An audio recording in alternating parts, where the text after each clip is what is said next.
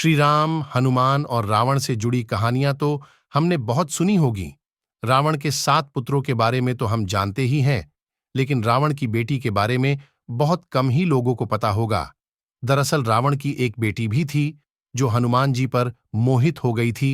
इसकी कहानी जुड़ी है हनुमान जी के लंका पहुंचने से पहले की, लेकिन इसके बारे में हम आगे डिटेल में जानेंगे। पर पहले जान लेते हैं कि रावण की कितनी रानियां थीं और उनसे रावण के कितने पुत्र एवं पुत्री थे। दरअसल रावण की पहली पत्नी थी मंदोदरी। मंदोदरी और रावण के 2 बेटे हुए, पहला मेघनाद और दूसरा अक्षय कुमार। वही उसकी दूसरी पत्नी धन्यमालिनी से अतिकाय और त्रिशिरा नाम के 2 बेटे हुए थे। वही तीसरी पत्नी से प्रहस्थ, नरांतक और देवांतक नाम के 3 बेटे थे। इस तरह रावण की 3 पत्नियों से कुल 7 पुत्र हुए। इसके अलावा रामायण में बताया गया है कि 7 बेटों के अलावा रावण को एक बेटी भी थी।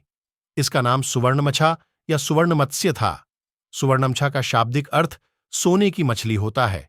इसीलिए थाईलैंड और कंबोडिया जैसे देशों में सुनहरी मछली को ठीक उसी तरह से पूजा जाता है जैसे चीन में ड्रैगन की पूजा होती है। रामकियन और रामकेर।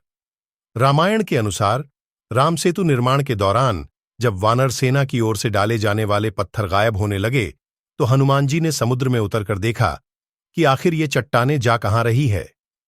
तब उन्होंने देखा कि पानी के अंदर रहने वाले लोग पत्थर और चट्टानें उठाकर कहीं ले जा रहे हैं। ऐसे में हनुमान जी ने उनका पीछा किया तो देखा कि एक मत्स्य कन्या उनको इस कार्य के लिए निर्देश दे रही है। फिर हनुमान जी सुवर्णमच्छा के पास गए। तब सुवर्णमच्छा ने जैसे ही हनुमान जी को देखा, उसे उनसे प्रेम हो गया।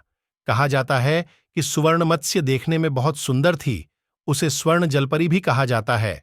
वाल्मीकि रामायण के बाद दक्षिण भारत ही नहीं, कई अन्य देशों में रामायण को अपने अपने तरीके से लिखा गया है।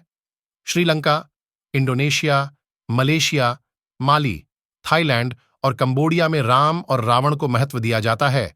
रावण की बेटी सुवर्ण मत्स्य का शरीर सोने की तरह दमकता था, इसीलिए उनको सुवर्णमछा भी कहा जाता है। वही थाईलैंड की रामकियन रामायण और कंबोडिया की रामकेर रामायण में रावण की बेटी का उल्लेख मिलता है।